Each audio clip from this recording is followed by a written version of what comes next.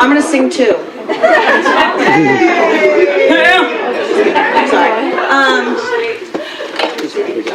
Sorry. Okay. Before I get started, I want to shout out to our bartenders, Caitlin and Melissa. Please tip them. Peter, Dewey, you're beautiful. Joe, obviously. Good job, Joe. Thank you. Yeah. Look at him go. We've got Sindel and, I'm sorry. Like a bear's den. And Den. Thank you. Yeah. Okay. Sindel and Den, photographers. They're beautiful. And I also want to warn you all, I did not write a speech. I am going to be... I'm winging it, and that means I will be rambling, so bear with me. Outstanding. Great, okay. Nobody look at me. Everyone turn around. So I am the maid of honor. Misha and I like each other a lot. We're best friends. I started out by being friends with Matt, actually, because we're the same age. And Misha was Lil Mish back then. She was our little baby angel. And then, you know, we like met as human beings, and actually what happened was one day she was getting ready for this gorgeous trip to South Africa. What were you, 16? You 16? Yeah. A fresh 16. She's packing for this trip, and she's just like talking about it with such like vivacious. She's got all this excitement and energy about the world around her that I just never seen before. And I quickly realized she is so much cooler than that. And started hanging out with her instead. And from then on, we were pretty much, yeah. No, you're great, Matt. You're great. She's better. So we just kind of started hanging out every day. We became like just two parts of the same whole for a little while there. It was truly beautiful, and I feel infinitely blessed to have had that time and all the time that I have now and all the time yet to come.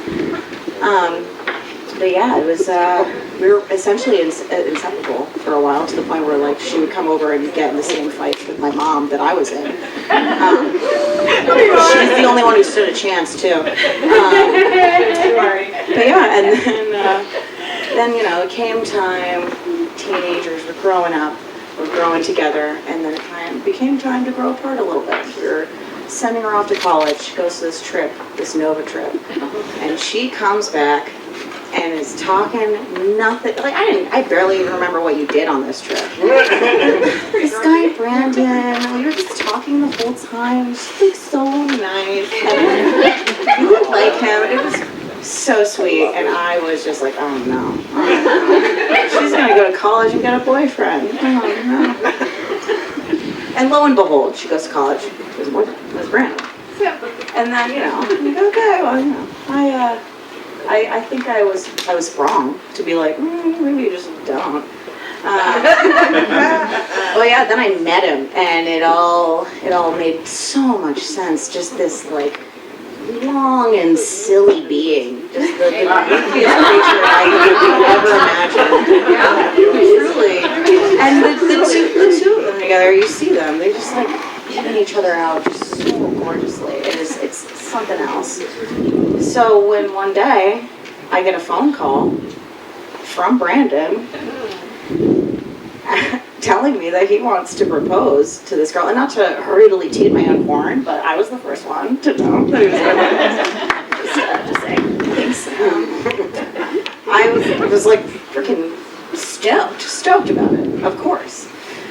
And I cried a lot, just because, you know, I can't stop. And I just couldn't imagine a better pair, truly. You quiet down, please, Joe. Thank you. Yeah. So I just couldn't imagine a better pair, and I, of course, was just like, I couldn't be more thrilled. Mish gets engaged. She tells me, I'm like, oh my god, what do you mean? Oh, that's crazy. I had no idea. Your exact ring size. That's probably, yeah. Yeah, it's not like I had asked you what your ring size was. This whole thing, this whole experience, being in your life, both of you now, has been nothing short of a thrill. Like, you two are truly just such beautiful and excellent beings. And I'm so thankful to be a part of all of this. And, there's something else. It'll come to me, Ingrid, line. Tom Robbins quote. Oh yeah, thank you, okay. So, earlier I had to do a reading from Still Life with Woodpecker from Tom Robbins. It happens to be quite a good book. I highly recommend everyone read it. And actually, before Amish asked me to do that reading, I'd already planned. The one thing I planned about this speech was to do this little piece right here, which is where he says, people are never perfect, but love can be. And I would argue that these two are perfect beings, and no one will convince me of otherwise, and that their love is so perfect, and it is just such a wonder to behold, and I am so happy for you two. And I love you both so, so much. And I know that we're all so fortunate to be here and to be able to celebrate it with you. I love you. Okay.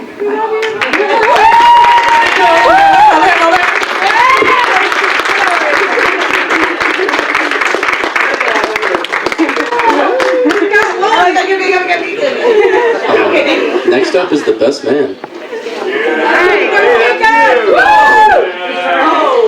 How's it going, everybody? I'm going to try not to screw this up. I wrote something with a loser, and I could ramble like so, there goes nothing. So good evening, everyone. My name is Jacob Norris. I'm the best man, as I just said. Also known as Jacob Jacobs.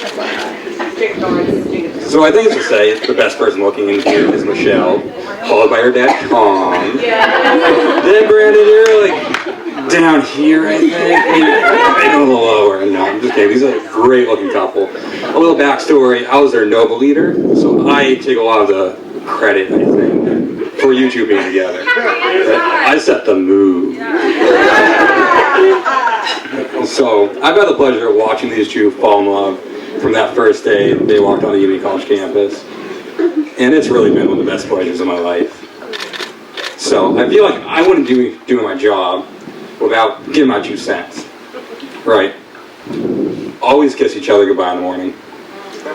Michelle's always right, no matter what she says. Always right. You're always wrong, no matter what, except the fact now. Happy marriage, right? And finally, always continue to rescue the Canadians, no matter what. But that's a story for another time. If you want to know, ask them. It was a Nova trip, crazy time, stuck in Canada, illegally. Stuff got crazy. That's for damn sure. So where was I?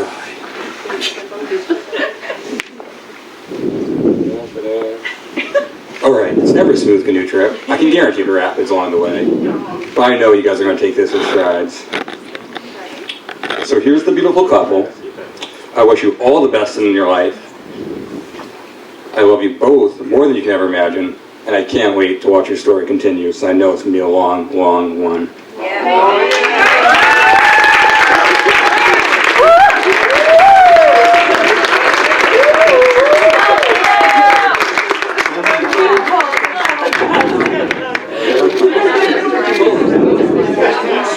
Now the group's father.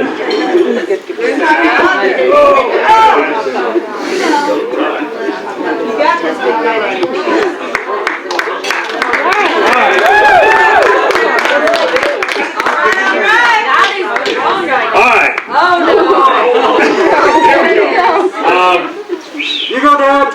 I have nothing prepared, so because that's just not me. I have thought about what I wanted to impart to these two beautiful people, though. So I'm going to try to keep this brief because I know Tom has, like, 40, 50 minutes worth of stuff to say. As a parent, when you're raising children throughout their childhood, and especially when they get to the teen years and those early adulthood years, and they start dating, you see them with different people, and of course as parents we don't know everything, even though we act like we do, but sometimes when they with somebody you can be like, oh, there's a possibility there, or no, that they're just going to go until it doesn't go anymore, but that ain't working out. And the point of all that is, I don't remember when Michelle and I first met. I don't remember if it was up here or if it's when you guys came down for spring break. Okay? That's not, so when we first met is not the important part. Okay? okay? Because the first thought I had when I met these two together was that they are better together. Yeah. Okay? So through the ups and through the downs, you guys are always better together. Yeah. That's it.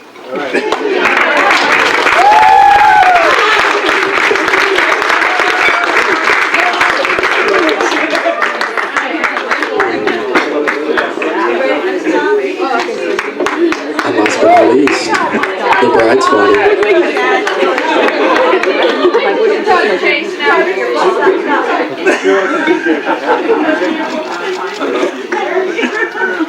Daddy, come on. Daddy, come on. You want to go to the bar first?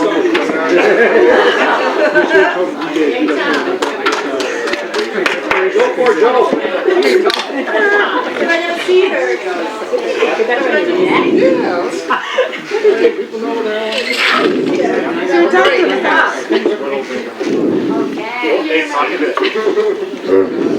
Oh my God. Holy cow. Go for it, Tom. I did prepare 3 hours of work. I called my brother Kevin and said, he said, how you doing with this speech? He said, how long is it? Before I could answer, he says, never mind, cut it in half. Which brought it down to an hour. And then my dear, beautiful daughter, Michelle, called me just a few days ago and says, Dad, I got to tell you, you got 7 to 10 minutes. That's better down. So now I'm down to 45. Just I can't go more than 10 minutes. Michelle's over there with me. Okay, so I am Tom. I am the father of the bride, and I just never thought I'd live the day to see those words. So there was, I understand from my oldest boy, Matt Bryan, that there's a pool going around wondering how long I'm going to last before I lose it. $50 says I don't get to 6:30, it's already 7:30, so whoever put 50 down loses. So,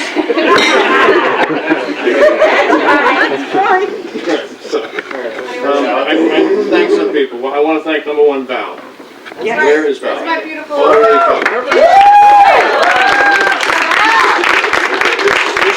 How important must Val be in Michelle's life to be the person she asked to preside over her wedding? I mean, does that not tell you what Michelle thinks of Val? And we all think of Val. I said this to Val for many years. I've known her. Every kid in America should have an Aunt Val. And Uncle Dean. She is magnificent. Dean, Dean's a saint. Not because she's married to Val. But Val, you just did a great job. And I'm so happy that she asked you to preside over this. Next, I want to recognize two people who are here, but they're not present. And they are smiling from ear to ear, looking down at this beautiful bride and Brandon. And that would be my mother and father. They passed away 2008, 2010. And while they were with us, they were two of the grandparents, only two, of this beautiful girl, and Matthew, and Brian. So they're up there smiling down, as happy as can be, also laughing as hell as they watch these charades of the Neal family traveling up here from New York. This is a Woody Allen movie, listening to what Kevin went through. It's just a never-ending hysterical story. So, thank you, Mom. I also want to recognize, I get up here as father of the bride, I get all this attention, this is not right. I'd like to recognize someone equally or more important as the father of the bride, and that would be the mother of the bride.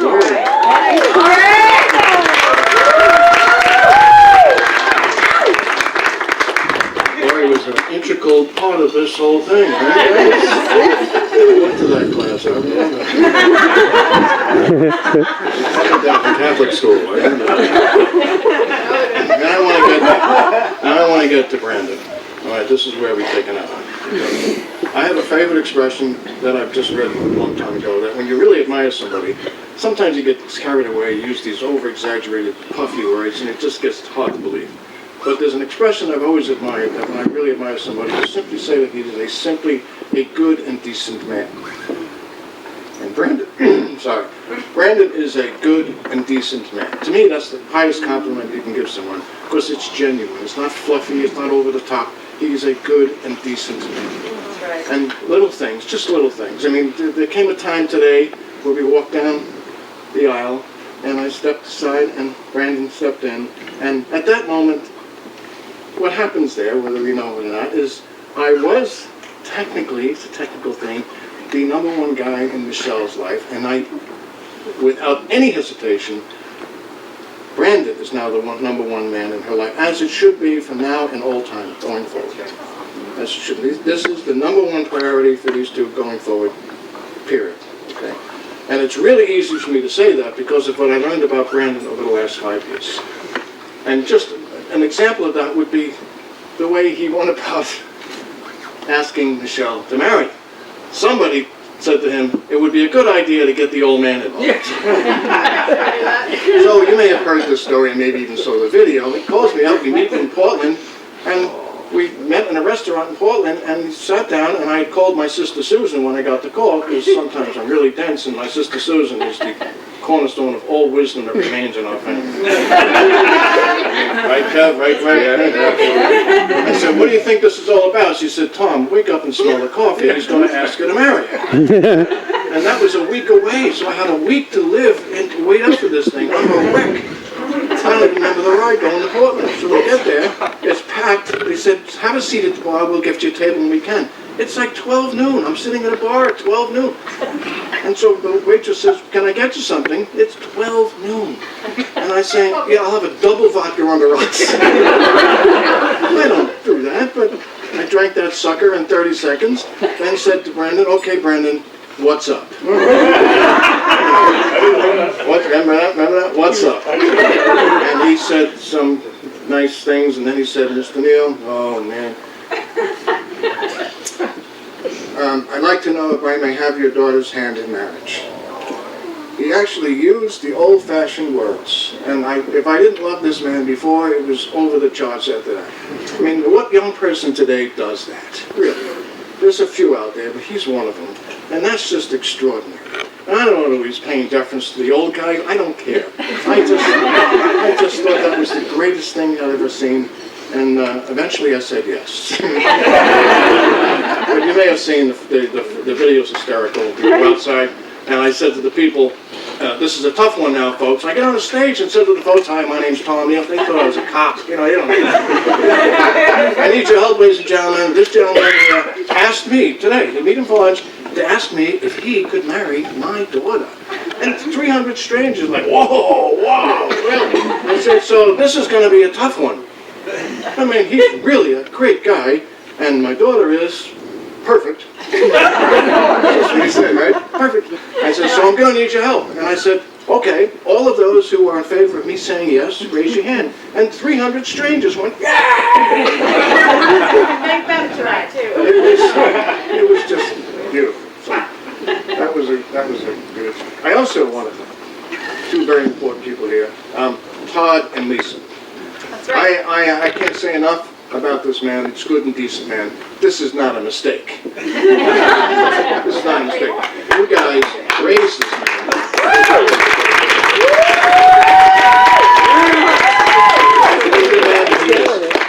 this man. This man has married my daughter.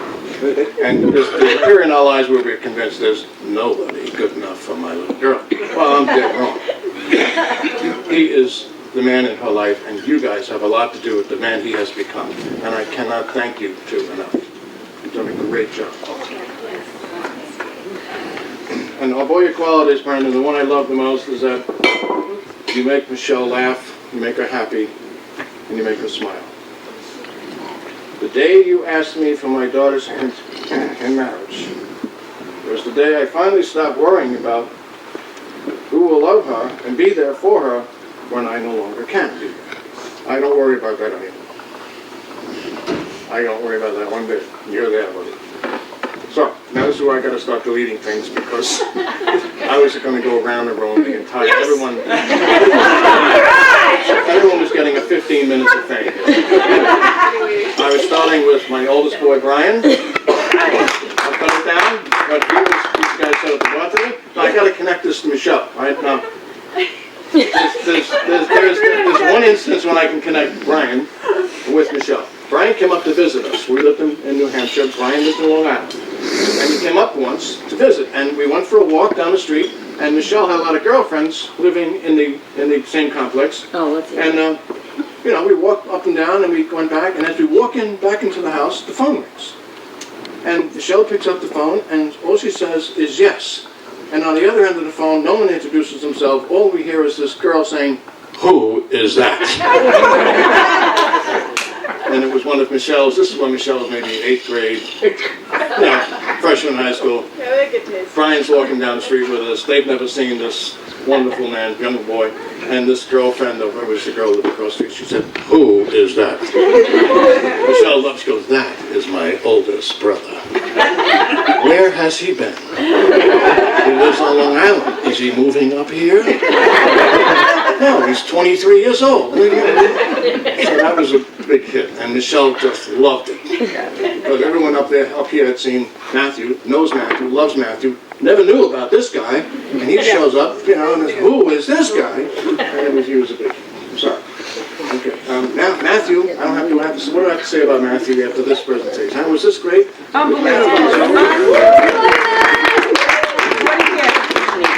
Matthew and Michelle grew up together.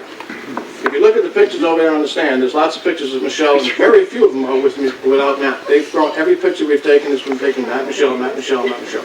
When they were growing up, this girl could not last 5 minutes at the table with Michelle, because I don't know if you know about Michelle, she is one funny girl. Hysterically funny. And the faces she would make as a little young girl at the kitchen table at breakfast time, he'd have him in tears. Absolutely in tears. When it came time for these two guys to break the news to Dad that they didn't want to sign up for baseball and softball, to hear these two guys try to figure out who's going to break the news to Dad. Matthew, being a smart boy, said, "Michelle, I think you should do it." He had already read the tea leaves and saw in that short life that, you know, for some reason, Dad just, you know, he doesn't get as mad at you as he does with me. And it worked, because she came in, batting those eyes, "Daddy, Matthew and I, we don't want to play baseball. Is it okay?" Of course it's okay. You know, the big issue with that is this family has come from a tradition of baseball. My father was a very good pitcher. That man over there, Brian, fantastic pitcher. I had some good years. But of the three of us, Father, Tom, and Brian, there's only one guy in any record books, and it's that guy over there. So that's the tradition these two kids were born into. And now they said they don't want to play baseball. They think I'm going to, like, you know, evict them from the home. But I said, you got to come up with some kind of a skill, some kind of sport, and she chose ice skating. Do you know anything about her ice skating skills? No, we don't have time for all that. Okay. 30 seconds, roll it up. 30 seconds.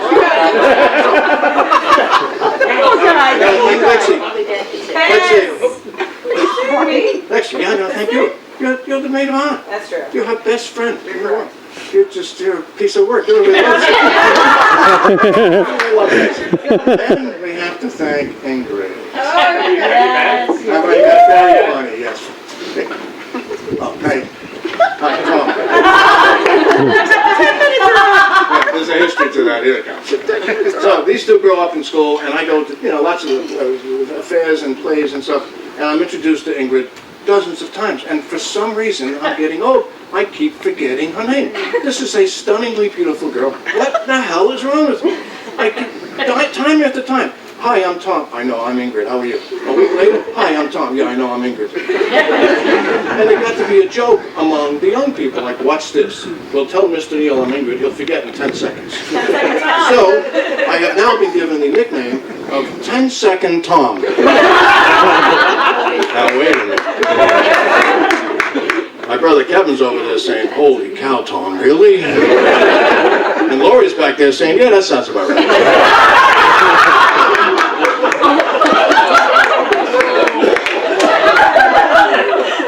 I told you that was coming, though. That sounds about right.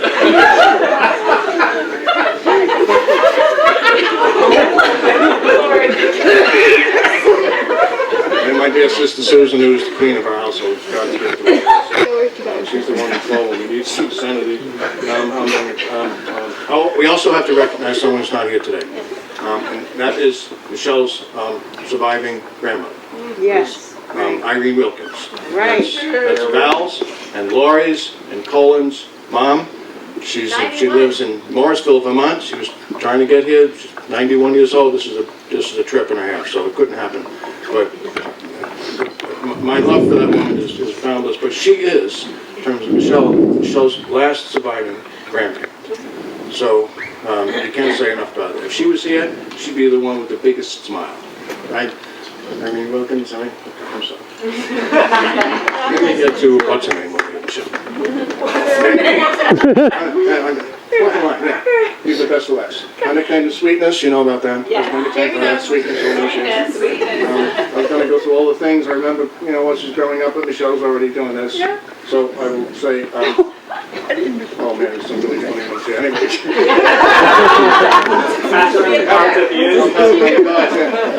Happiness is when you realize that your children have grown up to be good and decent people. And I've lucked out all three of mine, but today's Michelle's day. Tom Marquez. Have a seat.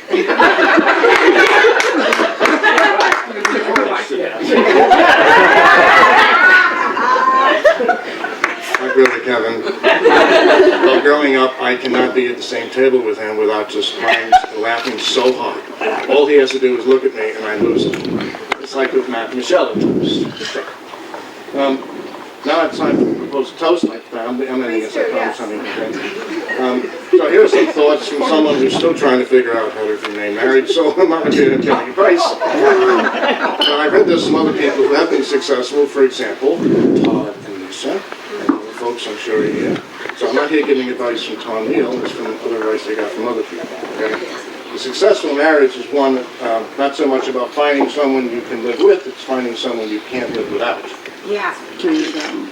I really also believe that a successful marriage is one where each of the parties secretly believe, without telling the other one, each one secretly believes they have the better end of the deal.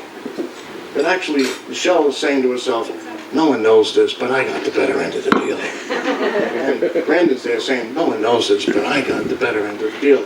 That's a magic formula if that ever happens.